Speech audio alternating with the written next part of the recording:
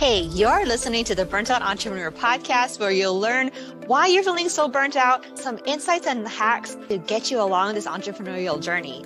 I'm Kylie Yota, former oil and gas manager turned health coach, life coach, and business mentor for female entrepreneurs just like you, and help them heal and recover from burnout. 2, 1.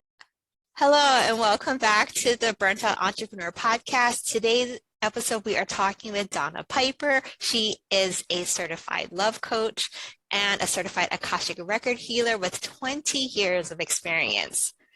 We're not showing our age today, but she has 20 years of experience in guiding her clients to heal unresolved trauma and create healthy relationships.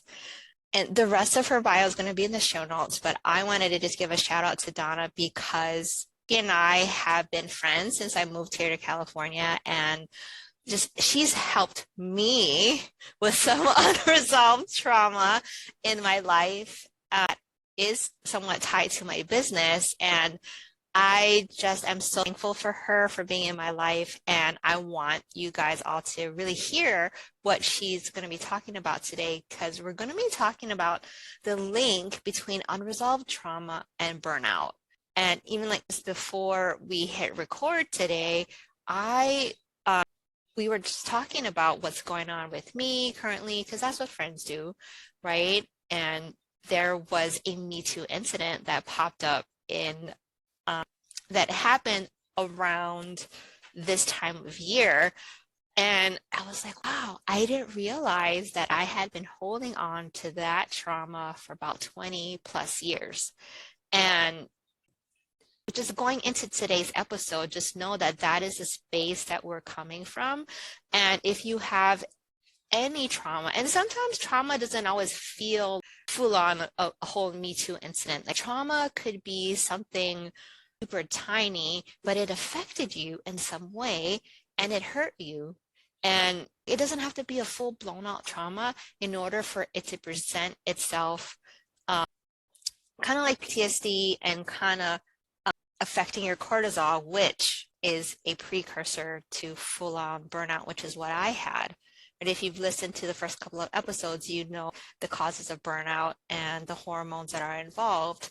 So without further ado, welcome, Donna, to the stage. Thank you so much for being here today.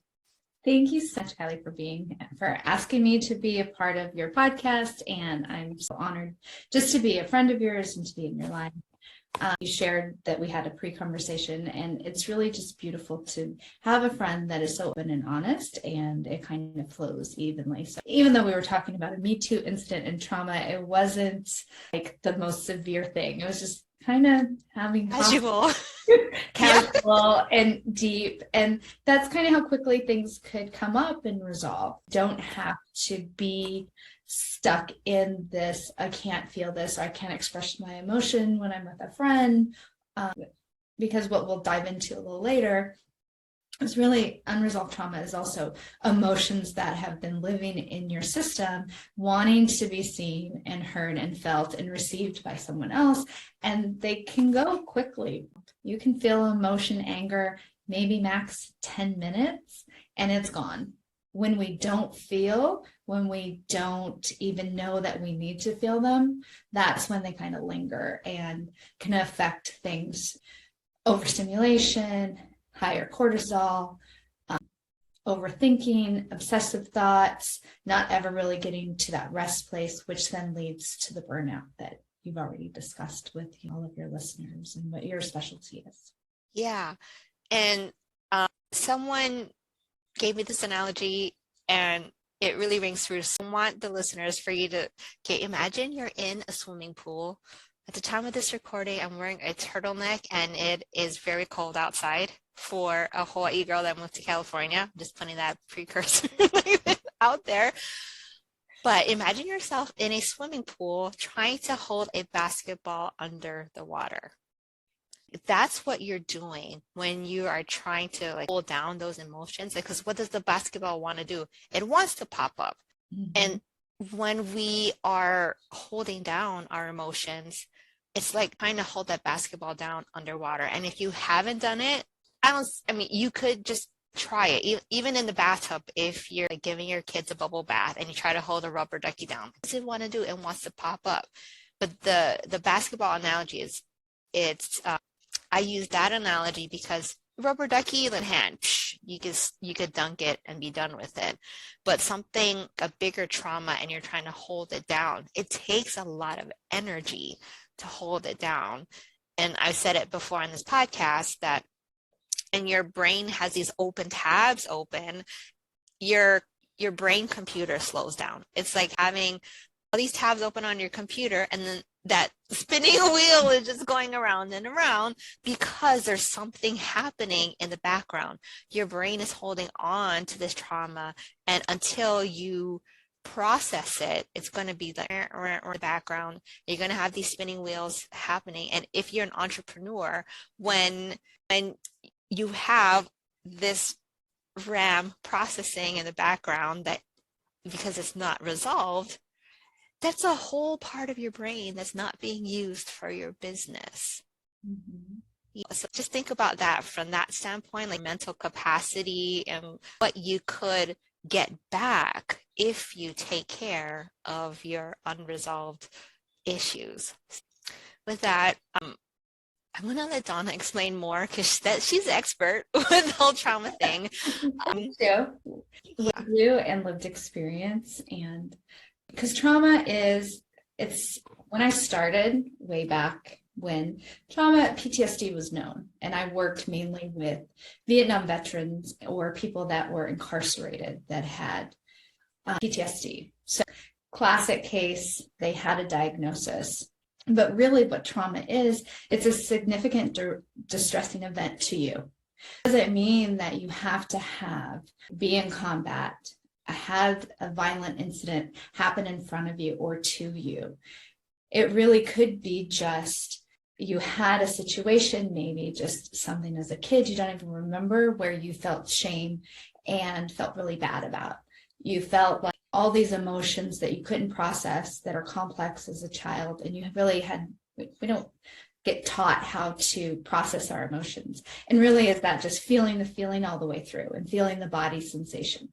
Usually shame, angst, fear, it's usually somewhere in your gut, somewhere in your center, and you might cringe down physically, but you then try to avoid it as soon as you can. You want to get out of it as soon as you can. So being a business owner, I mean, I know for me, there's so many ups and downs, and who knows, like I could be having a great day and then I get this email and I'm like, what? So little things, but those little things, if they stay and they make a significant impact in your system, or they just trigger something that was laying dormant in your unconscious, then you start having this unconscious loop to dissolve the trauma, because your body is amazing.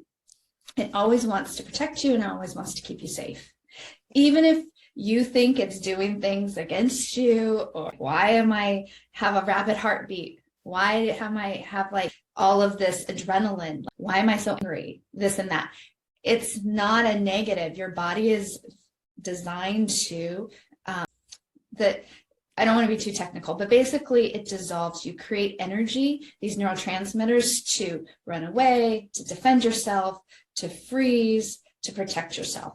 And that energy, if it's not used up, it stays in your system and it goes through a certain sequence of processing until it's dissolved. So if you stop the process, which we all do because we have this really smart front brain and we're not taught how to deal with all these neurochemicals and neurotransmitters and feelings, basically, we kind of push it to the side. So even if most how we are, and for most of us, we're not out in the wilderness, we're not surviving. Like some people are, some people have that, but usually it's more of the freeze response. You could get angry, you could run away, you could fight. That's why you get angry, those things. But a lot of it is like, gosh, I feel awful. I don't know what to do with it. And how the freeze response gets processed is through shaking, trembling, nausea. And usually also when we start feeling those things, we're like, no, what is going on with me? Why is my body doing this? I'm out of control. How can I stop it? It stops the process again. Just kind of a little bit of this, what we're talking about when we say having these things, basketball, maybe it started out as a rubber ducky and then you just collected them and now they're this huge basketball.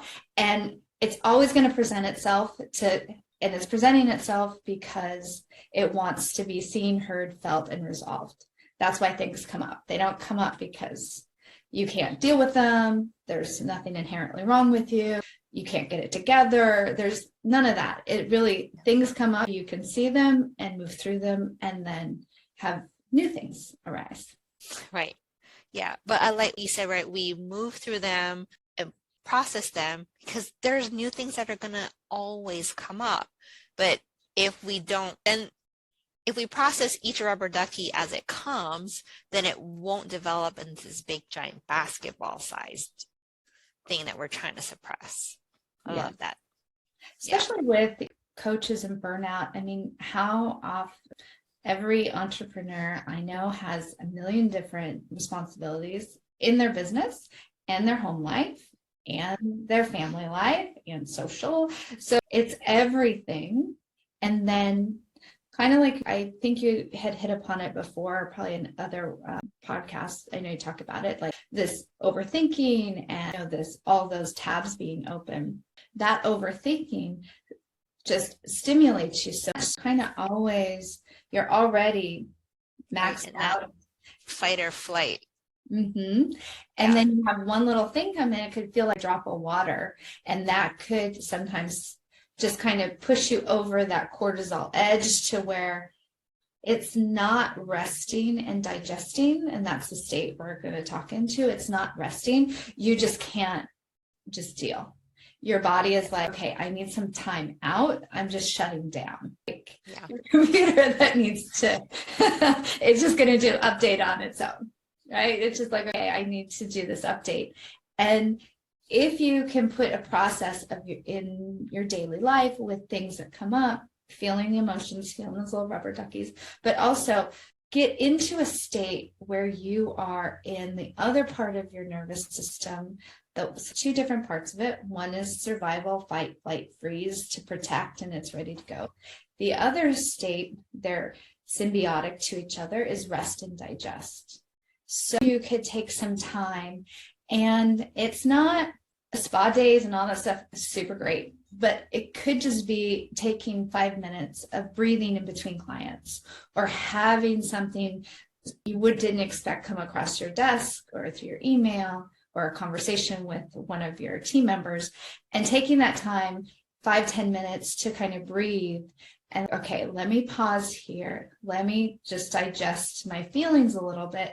And then let me put on my leadership hat to see how I want to resolve it.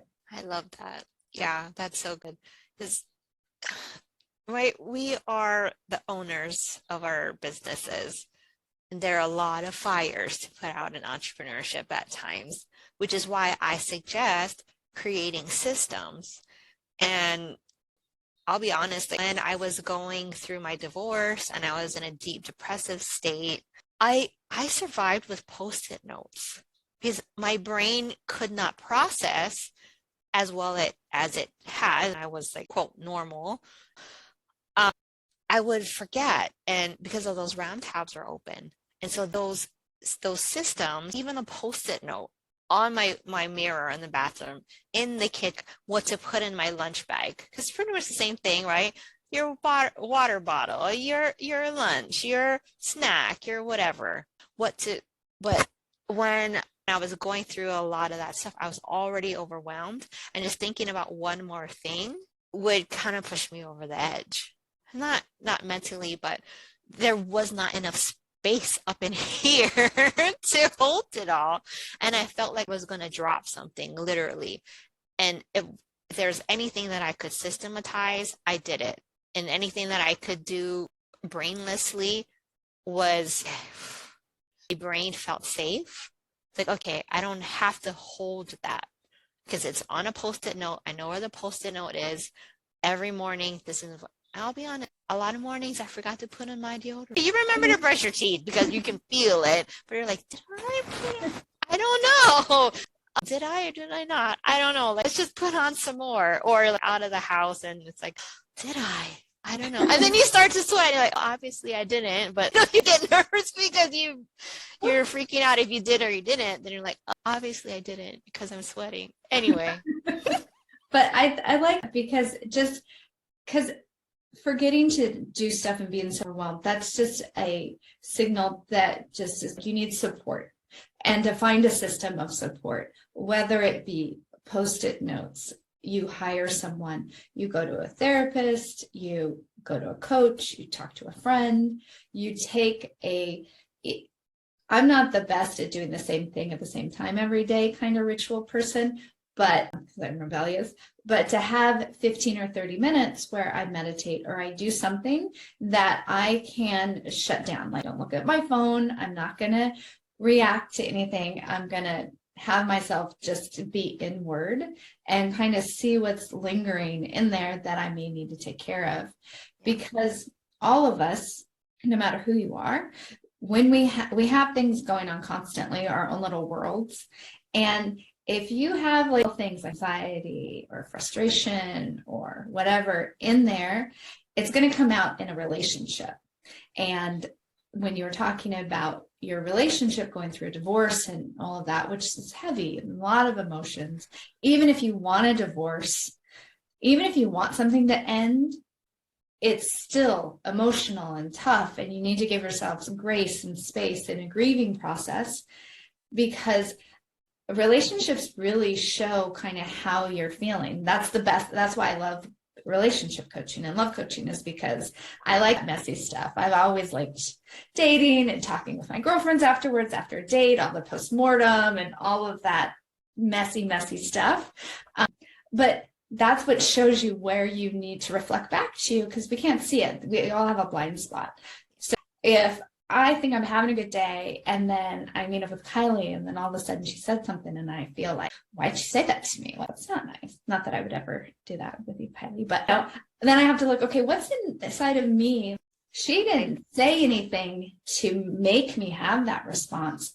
That response was in there already. Yeah. So how am I, the more aware of I am, like, that's my stuff from something else. Maybe I had a really annoying conversation with my husband and I thought I was like, well, and then she said something similar he did, and she didn't even accuse me. I mean, I misinterpreted everything different. I totally misinterpreted what she said, but it hit the same thing, the same criticism or the same this or that. That's where your personal relationships are a great gauge of where you are and what you want to pointing. I think it's like a big red pointer thing, heal this, look at this. And also it comes out in your relationships with your team and your relationship with yourself. I mean, it's all relational on this plane. Yeah.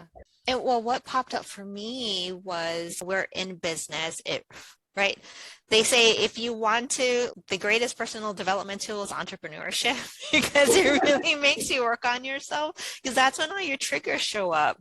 If you're working with a client and something they say either triggers you or something, it messes with your insecurities, or you post something online and there's a troll that comes in, attacks you right there in your soft spot. And it's like, wow, we don't really realize the triggers that, or the feelings that we have until we get those triggers, and there's unresolved trauma right there.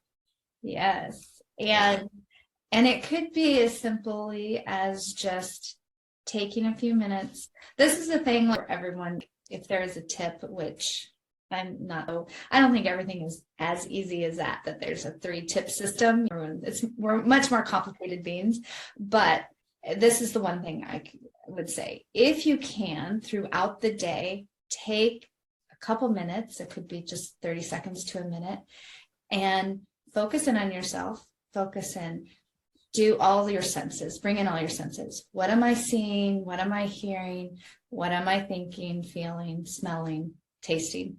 I think I added one, but do all your senses, and it brings you into the moment, and then you can see what's going on. Is there anything that you need to address? Is there anything that you just, okay, maybe I can't go into that feeling right now because I'm going into a meeting, but I can take a moment and to use your system analysis, write it down. Let me dive into that later, whether I'm thinking about when I'm on the cardio machine and working it out, or I'm meditating or taking my dog for a walk, somewhere where I can give myself some space to be with that. I go into these meetings, when I go into all of this, all the work of being an entrepreneur, even just scrolling, sometimes you can trigger being on social media. And so you're not accumulating all these little things to where we as humans, we want to make meaning of everything, which is great. But sometimes we just don't have to. Yes. And sometimes our brain always wants to analyze and be like, okay, is this the right one? Or did I interpret that correctly? Or da, da, da.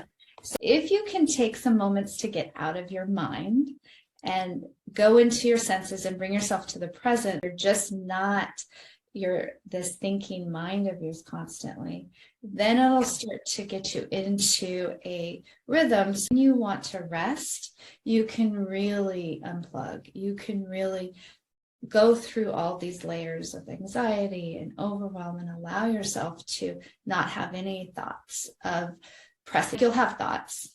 Even in Buddhism, you have to be enlightened to have no thoughts. Everyone has thoughts. Meditation is not about not having thoughts or anything like that. It's about witnessing your thoughts. So at least you can have a moment. You could start to get into getting those endorphins and all the positive neurotransmitters to have you feel joy and pleasure and spontaneity and taste and all the yummy stuff that the cortisol and all the other things kind of lock down. Yeah. And like what you said there, what was how many things are popping up for me? What I wanted to say was, when we resist dealing with the issue, a lot of times, and I'll see this with some of my clients, they don't let sit down. They don't want to feel, right? So that's why they keep themselves busy. They keep their calendars full. I have to do. They're using that as an excuse to not process their feelings. Like, I'm too busy to process my feelings. And so I see it with a lot of people. They just pack their calendars full. They don't have to feel. Because and that's a cursor to burnout. It's going to get you burnout. At some point, you're going to feel it. At some point, whether it's today or 30 years from now. As an aside note, when I worked with Vietnam veterans, obviously they were in their 50s and 60s at the time. It wasn't when they came back from war. They didn't have a way to, and even at that time, the diagnosis wasn't even set. It wasn't until the 80s. But anyway, but when they started to retire or something was not manageable in their life, that's when they came to the VA for help. And that is those things that even if you keep yourself busy, at some point in your life, it may not be in 2 minutes from now, it may be 40 years from now, but you are going to have to reconcile that. It could come in as a physical disease. It could be depression. It could be severe burnout. It could be many things, divorces, change in all this stuff. But at some point, you are going to, your system is going to want you to resolve it. And really the only way by resolving it is addressing it in some capacity. And I'm going to segue a little bit, Kylie. I did a lot of somatic therapy for many years. And I do think that's one of the most effective ways to help digest your trauma, because you don't have to, you can remember it. You don't have to. It's not I'm not about re-traumatizing. I'm not in it. There's no way I believe at any point where I would put you or anyone in a situation to make you relive the situation. You can heal trauma without reliving it. That actually makes your system go back into a protective stance. That's why people don't go to therapy, because they're like, I don't want to talk about it. I want to open that can. That can has been shut, sealed. I am not going there. We're not done. So do it in a different way where you move through, you feel the sensations of the body. And then if those sensations have a memory, awesome. If there's no memory, awesome. That is one of the first things. And then also later on in my career is a more fringe, but when I did movement therapy 20 years ago, somatic stuff was fringe. Mindfulness was fringe. You just never know. But working in the Akashic Records, what they are is they're basically a blueprint, an energetic blueprint of your soul. So by doing a certain, I say some things to open up their records or your records, and healing trauma in there has been so amazing with my clients because it takes them to a root cause. You're invested. It's your journey. Things come up for you. There's no fact checking or right, wrong. There's no mental assessing like how to get you situationally okay with it. It's a full depth experience of what you need to process and release fully and be done with in the unconscious, which is where 90% of the information we have going on with us is running. That RAM, that open REM. I'm not good with computers. RAM. All those open tabs are basically your unconscious. So by going in there, and they're running you, whether you want to believe they're running that program or not, they're really running what's going on. Getting in there and making it personal to you. I was never a therapist that put my own take on someone anyway. It was much more humanistic in that my approach. But even when it was cognitive behavioral, because everyone's so unique, your own story. Yeah. But really in this is your own journey. I provide the space, and the things that are healed and released are in such deep levels that your mind couldn't even really go there, even if it wanted to make up the stuff. And you're not using your mind. You're just going into these places internally in your unconscious with support to release it. And that's why I was like, once I was like, you can do that work in this, and the benefit that I've gotten from it and my clients, even though it sounds a little avant-garde, is really just amazing, because you don't have to go through at all the experience. You don't have to tell me if you were sexually abused and by who and how it happened and all of those things, unless you want to. Because you also have to remember, we're such smart humans. Our stories can protect us. I could be someone that could tell you, I'm super open about my traumas, and I could tell you all of the stuff that happened. But just because I can say it over and over doesn't mean that it's healed for me. It's just another layer of protection, because I can use that now as, well, I named it, but it doesn't necessarily make good. You stay out there. Yeah. I'm good. I'm good. Exactly. And that's why also I think this work is so fascinating, and I love it so much, because healing these traumas, it's much more of a catchword now, but healing these wounds, these things that are unresolved for you, no matter what they are, it could really be years of suffering, years of doing the same pattern, years of doing pattern. That's the thing. Pattern. Yeah. Going down and doing XYZ, and then like, okay, I'm never doing Z again. And then you start again, and XYZ is the same thing. You start at A, and then you end up at XYZ. So really heal that and release that in a way that is freeing of your energy that you talked about, because energy is, if you're using that all to suppress or not think about, or to overthink about, or try to rectify it before it even starts, all that stuff, it's constantly being used in that area, other than where you may want to use it. You may have a spiritual connection with God. You may have a devotional practice. You may have relationships that you want to be more intimate with or be more connected with. And even if we're not really in the same room, but we see each other on the screen right now, and I could be totally in my head thinking about all my thousands of things that I need to do and stress to get about, and not have a connection with you, even though we're talking.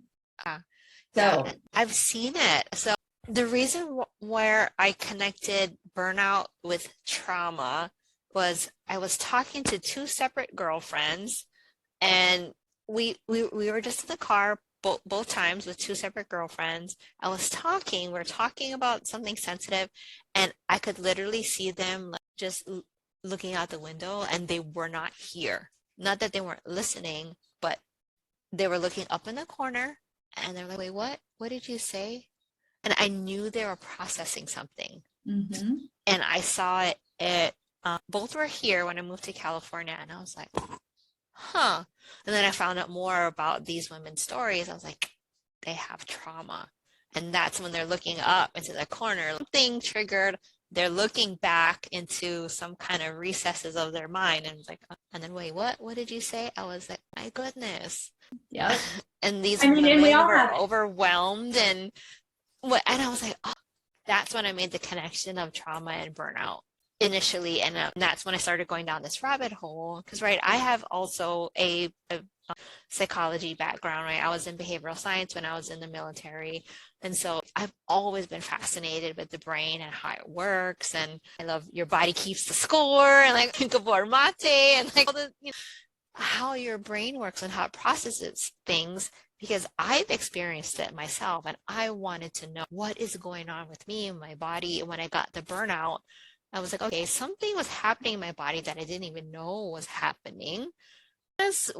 I was doing a lot, but I was like, I'm used to doing a lot. This is nothing new. But I was that one where I was doing a lot to avoid feeling, to avoid processing, and just keeping myself preoccupied so I didn't have to deal with the stuff that needed to be dealt with. Yeah, I mean, and there's no shame in that either, because, okay, first of all, we're not taught how to deal with this. We have no idea, right? Usually we learn from our parents how to process that stuff. Usually they weren't taught. It's not like, and even who wants to do really what your parents do? I mean, come on. Or teachers say, or any of that stuff. There's that part, but it is such an unknown, and we don't feel safe. Trauma, when you have that as part of like a wounding part, is because you don't feel safe. So why would anyone want to consciously, purposely go back to a place where they don't feel safe, not having the support around them to feel safe? No, Your body's like, do these 500 things and we'll get you through. It's kind of always happens when you're ready or not ready, the support comes up. So for you, it had to be burnout, and then you sought support in different areas of nutrition and things to get you supported on a way to then delve into the next step. Because that's another thing. I don't recommend anyone doing anything without some sort of support. And you can have support from yourself if you don't have to have another person, but taking time to kind of anchor yourself to find that place where you can rest, what that really means. It's not forcing yourself, especially as entrepreneurs. They want to get better, they want to get feedback, and then they want to use the feedback and then to change and to grow, right? Yeah. And then that could create burnout too, because you're always, how can I improve? How can I do better? This and that. But you have to then be the polar opposite sometimes. You can ground and rest and be like, okay, am I safe? Am I supported? Who can I seek out where I am safe and supported? Then I can start to learn and trust how I feel when I'm safe and supported. And when I trust myself, then I'm able to say what I need to say in order to resolve it or move. You're a coach, you've been a coach for a long time, you did mental health, everything, just friendships. And I always believed, and there's statistics on this, but being a therapist, your main role is to be there so someone can have transference on you. And that transference, they can project whatever they need onto you. So usually they love you, then you disappoint them, they hate you, and you don't go away. That builds more trust. Then they resolve it, and they're like, maybe I don't hate you anymore. It's the secret sauce in a relationship, whether it's your husband, someone you're dating, a friendship. There's usually that kind of arc in everything. And that's the beauty of relationships. And that's why I'm so like gung-ho and passionate about relationships healed. They point you where you need to, you can grow if you choose want. If that's like, if you get angry all the time about something in a conversation, it may just be your system being like, hello, you might want to work on this anger. You might want to do that. You don't have to, but you're just continue to get angry. Right. Having a relationship and then having a partner or having a therapist or a friend that you can kind of not act that out with, but be like, this is all me. I'm just doing stuff. I'm sorry.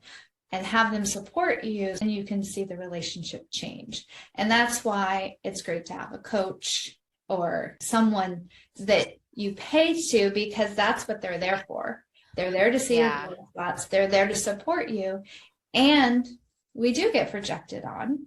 And our job is to have boundaries, which is another huge thing in burnout and trauma, and have boundaries. So, and we know ourselves, so we don't have to take on them, so we can work out what they need to do to grow. And that's why they're paying us for it in the end, to get something out of it. But really then seeing what your boundaries are, and boundaries, I'm sure you have many topics on, but it's also a part of this, because you don't want to either overgive or not give enough. And it's messy. All of this stuff I'm talking about, it's not, you're like, okay, I'm going to breathe today. I'm going to feel my senses. I'm going to notice this, and then we're good. And everything just gets automatically resolved. Yeah. Does on one sense of it, but then you have to learn, okay, now I have a choice. Where am I going to go with my boundary? How much can I let someone in? How much do I want to let them in? How much is it that it's just protection, all that stuff? And then really, what do I want to do? And the question, what do we really want? I think that's a huge question. I don't think we can maybe list some external things, but when it comes to what is your foundation? What do you value really? What makes you feel safe? What makes you feel supported? What makes you feel free? Yeah. Those are some deep questions, and usually we have to go through lots of patterning and socialization and own traumas of like, maybe this isn't, I chose this, but then everyone was like against me. Maybe I wasn't right, but no, I am right. All of that. And those are scary. All of this stuff is just to say that it's healing and necessary, but with a caveat, it's going to get messy. And to be okay with the chaos is also kind of fun, because then you can learn like, okay, it could get messy. It's kind of scary. But then you trust yourself more. And then you're able to step yourself out more. Because really, in the end of the game, like my husband, I have like strict boundaries. I don't think my boundaries need to be anyone, but cheating, is a hard line. Like if either of us ever cheated, we would divorce each other. But we also are set up, like, we both attracted to each other, because we're like, before I even cheated, I would end the relationship. That's just not part of what we want for our integrity for ourselves. Right. Yeah. Yeah, totally. Certain things of like, and I forgot where I was going. I had a point to that, but I don't know. But it was really just to say that those are our boundaries. And then he could cheat on me and do those things, but it's me. He, just because he cheats on me or he does something, that really isn't about him. It's about, okay, do I trust myself? And why would I be with someone if that affected me much, to make me feel bad and to make me worried and to make me question? He could do something to me, but I'm the one with the response to it. Right. So where am I with my trust of myself? And that is really kind of the core of all this with burnout, is to like, hey, you have everything you need to heal. Let's just give you some support around, so it awakens it. So you can tap into it continually. Right. Because you have that safe container that you can kind of bleed into. We'll just use that as an example, right? Mm-hmm. And a lot of times you're like, well, I don't want to bleed. on the carpet. But it's like, no, you have a container that's contained. The blood's not going to leave any stain on the carpet. We have it contained, and we have a blood processing system. We're going to dispose of that or get rid of it. And it, because a lot of times when we do get, I'm using the bleeding analogy, right? We get a cut and we're like, but I don't want to, like, I don't want to drip on someone else's carpet, right? Because that blood will stain, and that's going to stain someone else's carpet. Me just not get the help, not get the support I need because I don't want to bleed on somebody else's carpet. Yeah, I like you brought up a wound because with wound, okay, what does the wound need really to heal? It needs air and light. And when it gets covered up, and if it gets really dark, it's staying in there, it could get worse. What it really needs is light and air, and that's really how you heal. And that's part of not, I'm going to say expose, but it's not like expose your trauma and expose this stuff. It's like, gently with grace and support, have your feelings, your wounds come to light to be seen by someone else that is not going to judge you and not to support you. Right. When you look for support, if you have a girlfriend or if you have someone in your life that lets you down constantly, do not go to them. They're not a support system. Turn away. Find someone that you will actually be there to support you, because that's where the healing happens. Going to a family member or a friend, let's say a family member, or maybe you have a sister that constantly has disappointed you, and you're like, okay, I'm working on myself, whatever, I'm going to go to my sister and I'm different, and then she's going to be different. No. Yeah. If you are expecting something from someone else to support you in a certain way and they have a track record of not, then we don't want you to go there. Yeah. What we're talking about is to find and seek some real support, so you can go down into the trenches, you can bleed, you can show your wounds. And all of this is also tied into acceptance and blame and acceptance. Like, when we look at what happens in our lives, in our story, a lot of times we traumatize ourselves and we wound ourselves because we accept it under this new agey thing of blame. If I accept, like, things, we call things into our life, we create things, but we're not to blame for them. It's a different thing. Blame and acceptance are two different things. It's like also resignation is not that. If you accept something and you're really resigned to it, that's not acceptance. If you accept something and you have, well, because I did this, I was wrong, that's really not it either. Acceptance is neutral. Acceptance is, okay, all right, I have this really dark, ugly thing that I think is the worst thing in the world inside me. And if I felt that anyone saw that, they would just cancel me to the nth degree and I'd be dead because no one would want to be around me. Right. Or even entrepreneurship. If I say the wrong thing online, then I'm going to be in cancel culture. And right. I have to say the right thing, then I have to use the right term. And who knows, if I don't say against this or that or whatever, maybe I'm done. Like, whole time a few years ago during a crazy pandemic when you're already afraid and had all this collective fear, then they were canceling everyone. And so having that energy behind things, be like, no, like, okay, if I really reveal this thing to someone and I accept it, it's there, it's neutral, it's not good or bad, it's just what I feel like is dark. Right.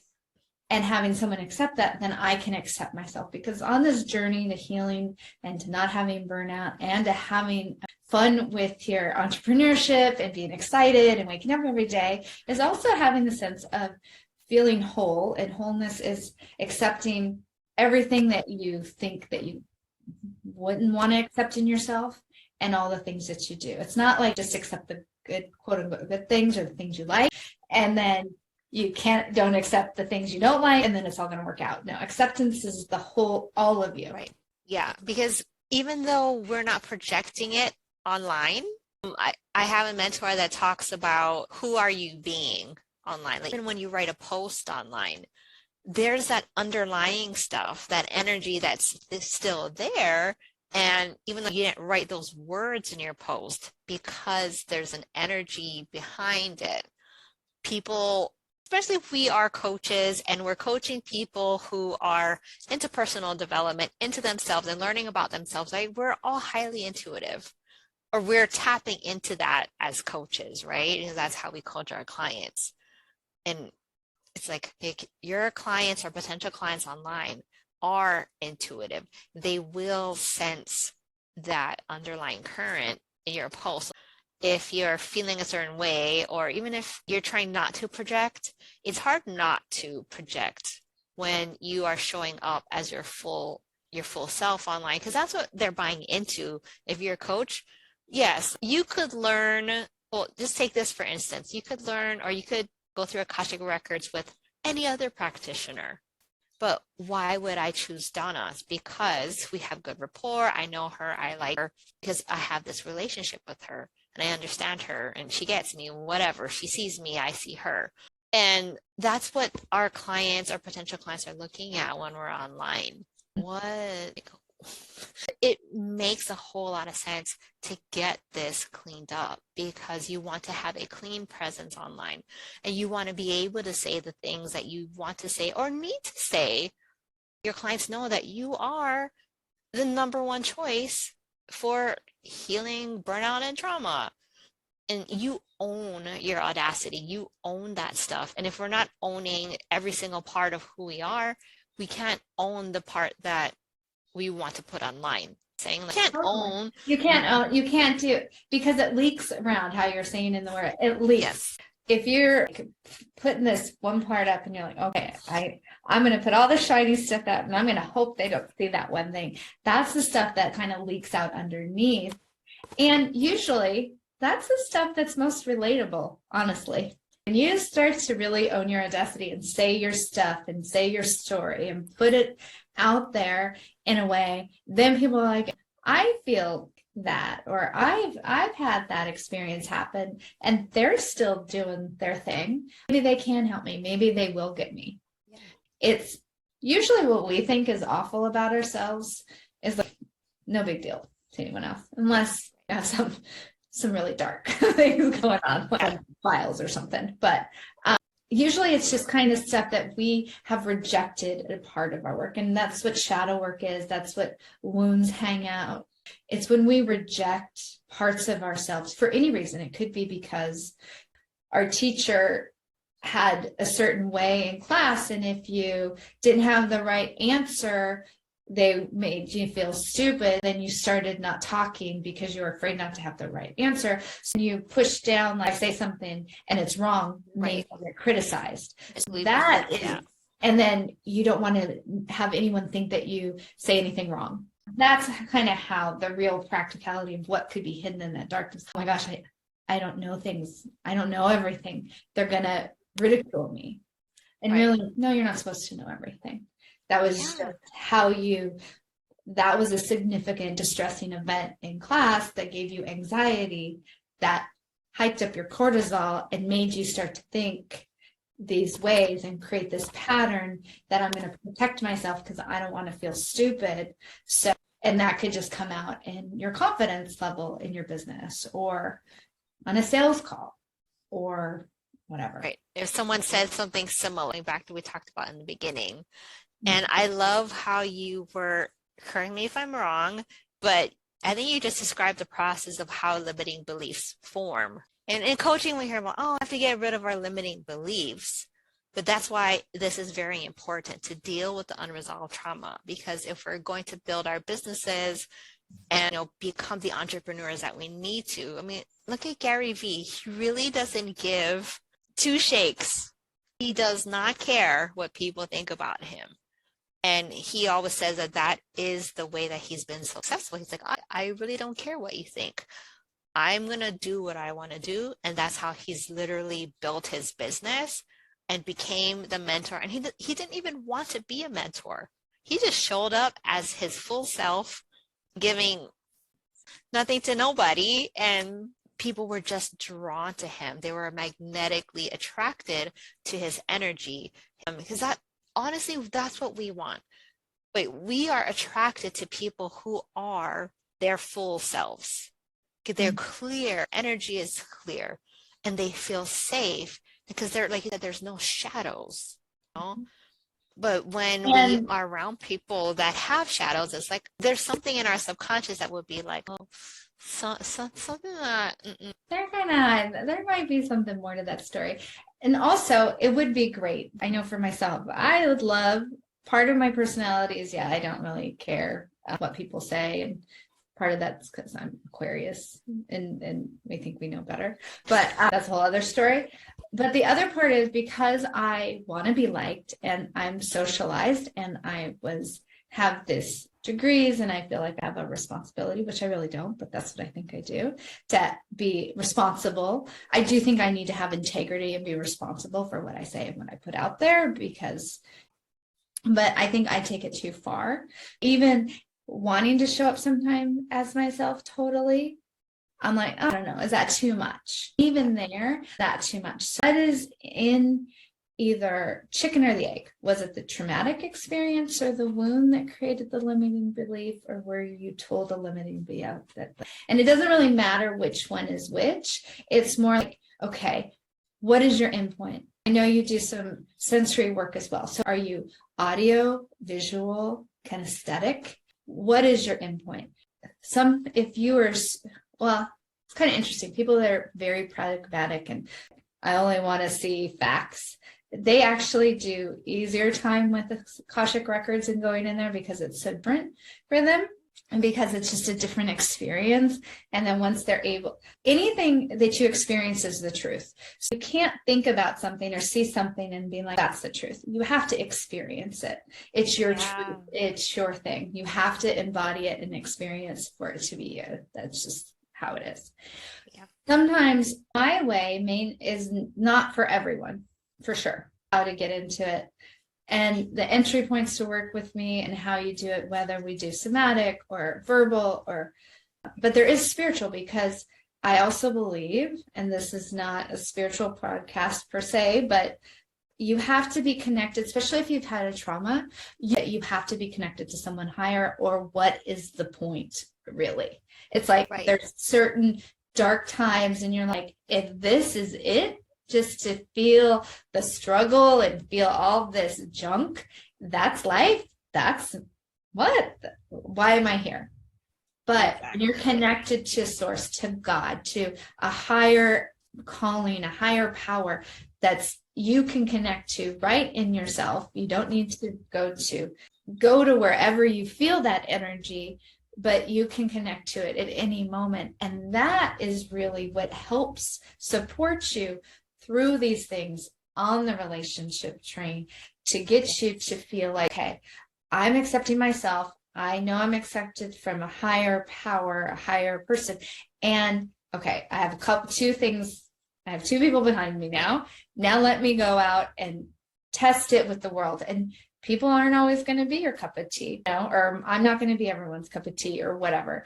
And that's cool. That's how it's supposed to be. You're not supposed to be everything to all people. So finding a coach that gets you, whether your entry point is somatic stuff, it could be mind work, it could be whatever, it could be standing on your head, who cares what it is. The point is to find someone and something that gets you, so you can start to just allow your system to be unburdened, allow your unconsciousness to be unburdened, allow that so you can show up with your own voice, say what you really want, be who you really want, without having a little voice inside like, oh, I really want to do that, but I need to pull myself back.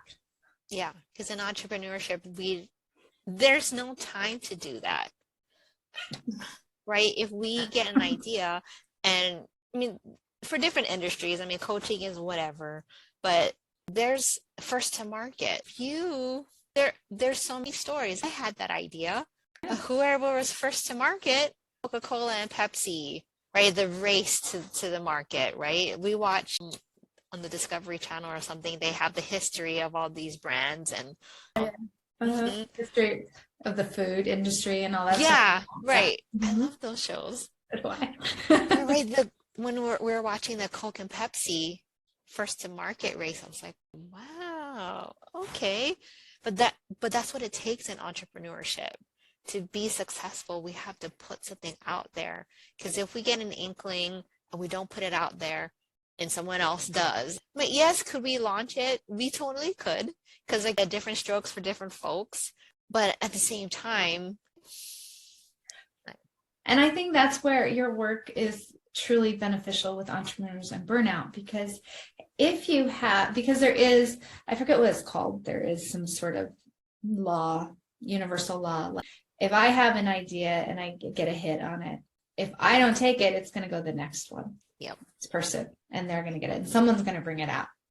But if I got it and I didn't act on it, and I might see it down and be like, oh gosh, I didn't act on it. And you could curmudgeon.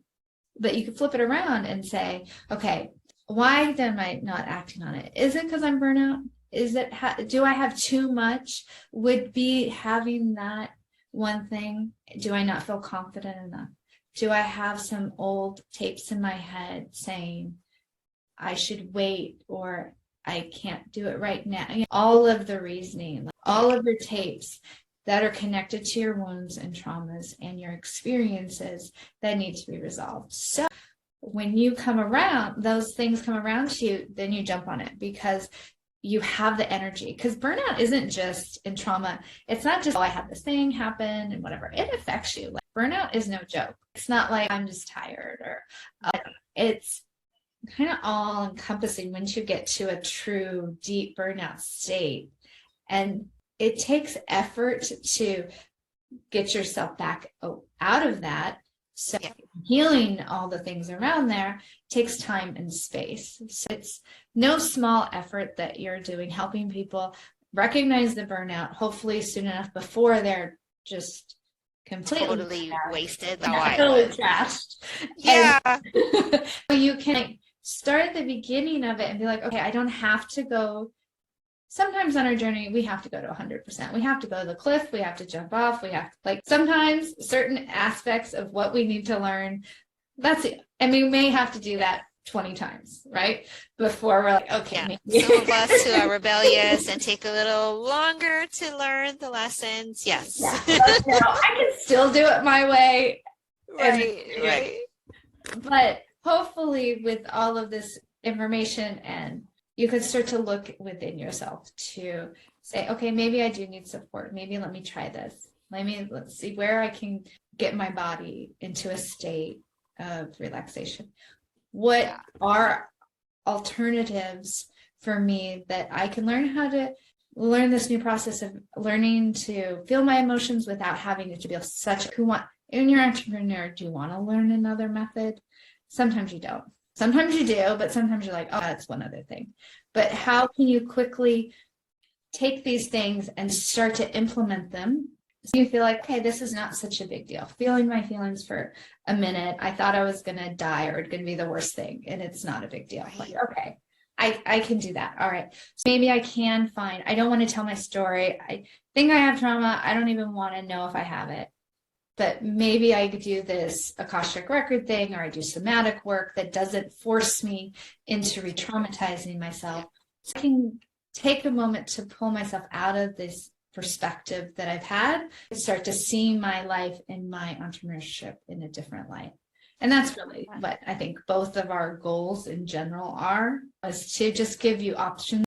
Because I've gone through my own journey of being overwhelmed and family, life. Mom had cancer. I have my own stuff. We all have our own stuff all the time. But how can I take that stuff and help other people, my clients, so they maybe don't have to go down the road as long? Maybe they turn off before. They don't have to. Exactly, right? So when we're navigating our journey, we're like, no GPS, just get in the car. We're driving down the road. But how good is it that we could create a map for those coming behind and be like, yeah, no, don't take that right. It looks shiny, but do not take that right. It'll put you all the way down the cliff. And if you want to go down the cliff, okay, well, we could start there, right? It's like, Yeah, I'll have the tow truck there. like I'll have you there to pull you out, but you don't have to. So, because really part of my trauma work all these years is really feelings. And that's really, really another thing I feel passionate about is teaching people how to feel their feelings, because it sounds meta, but people don't know how to feel their feelings. And right? It's body sensations, and it takes practice, and it's a skill you can learn. It's not, and it's something that is so important to your well-being. But and I wanted to speak from a cultural perspective where I'm Asian. A lot of Asians have issues feeling feelings, and sometimes you wonder why in Asian medicine there's so much internal stuff, especially Chinese medicine, hot, cold, and like different herbs for different things. It's because like, they're healing the body using a different method without having to be able to process their feelings. But the Chinese medicine doctors, they know exactly what the root is, but they're kind of circumventing the process. The people don't have to talk about that, but they are healing in a different type of way. Definitely.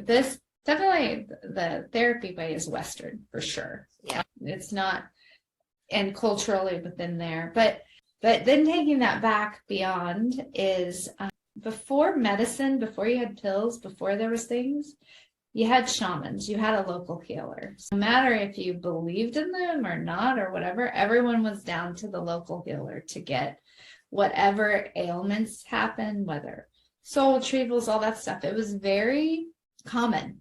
Now we talk it a little bit more, but we got so moved from how to just heal ourselves in our community.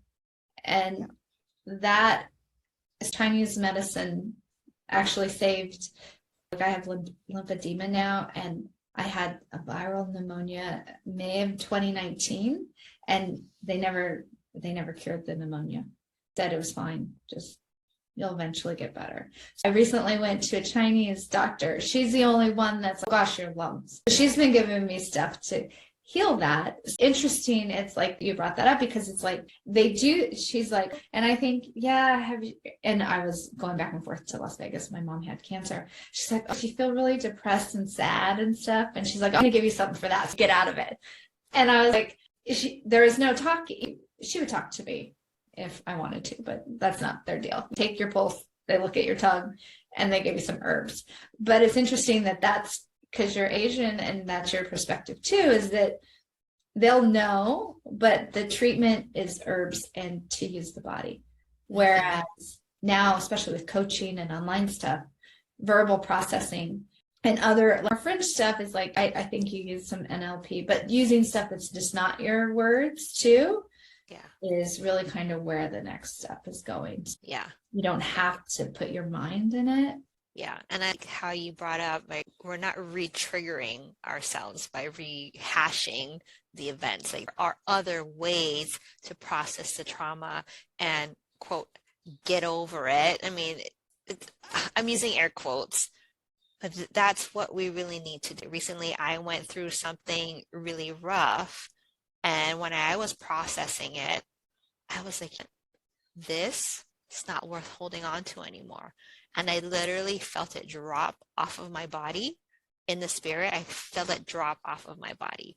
And I was like, wow, I'm not carrying that anymore for years and years and years. I'm like, I'm not carrying that anymore. And I didn't have to go through some ritual of forgiveness. I just literally decided to let it drop because it wasn't worth holding on to anymore. And I could feel the benefits, not in my mind, in my body, and even in my business. I was like, that was so heavy. Now I don't have to worry about it anymore. And I actually changed my about page because I didn't realize I pulled some of that story into my about page, and I had to go in and delete stuff off of my about page. That's liberating. Yes. And that's really the crux of it, is what can you recognize that you can simply let go of? What can you, because healing really is faster than we think it is. especially for me coming from the therapy world to the coaching world. I like results, and I'm very academic in some respects, even though I do this work in the Akashic Records and I love Reiki and all this other stuff, because I believe the natural kind of world too, we're a part of it. So why not use everything God, everything that we have to heal ourselves, and in a fast process. I personally, and this is just a personal thing, it's not I'm not slamming anyone or being derogatory to anyone that is into this, but ongoing therapy is for years and years and years. That's not, I don't think it needs to be like that. You're just talking. Maybe you need support. Maybe you're going for a different reason, but it should be relatively fast depending on where your traumas are and what. But my coaching clients and things, it's not like you're in and out, but it's not a long, lengthy process. Yes. You feel the things that are really weighing you down. Things will always come up in the future, but to kind of get all of that stuff dug out of the basement, all that trash thrown out of the basement, is a much faster process than I think people think when they think of therapy, or they think of coaching, or they think of something that either it's really not going to get them what they want, it's only going to be a little bit, or you're only going to go halfway, or you're going to have to be locked in. Okay, it's this 4-month program, but I'm sure there's another therapy is like forever and really and not effective. But really, to have these things I'm talking about to be that effective. When you work with your clients, you give them a process, you give them a thing. It's quick. You give them a program that works. It's not, then you're into me for the next 20 years of my life. Yeah, no, yeah. It's in and out, and it's like efficiency, right? Efficiency, like the most efficient way to get through this. We're entrepreneurs. Time is money, right? The faster we can get the healing, get in, get out with the least amount of whatever. Disruption. Yes, disruption. That's what we want. And that's why I love the work that Donna does and how she can help you get through processing that unresolved trauma, because we're out here carrying these basketballs, trying to stay afloat in this pool, trying to keep it down, and we're carrying this extra baggage that is leading us to burnout. And it's like, why we don't have to get rid of it.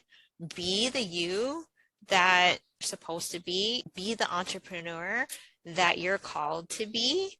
And because the people out here need you. They need you at your full potential. They need you at your full self. Because how are you going to hold your clients if you can't even hold yourself? That's why this work and releasing the trauma is so important. Yeah. So important. When you heal yourself, you heal people around you without even getting involved in their business. No. You heal you, and it is a ripple effect. Adding that to the beautiful work that you're supposed to do as an entrepreneur anyway is like supercharged sized. I don't know. Yes. Awesome. I just want to say thank you so much for sharing your wisdom with us and just shining a light on this trauma piece that I feel like a lot of us are carrying. I mean, especially if we are out here as coaches and healers, right? We heal because we understand the power of healing, right? We've received it and we want to give it to others. But the reason why we understand we need healing is because we've been wounded. Exactly. Well, thank you so much for chatting with me about this. I'm sure this is a super long podcast, but we could talk about this for more hours. But we totally could, and we totally do offline. But before we let our listeners go today, where can they find you online? And when they find you, what goodies do you have in store for them when they find you online?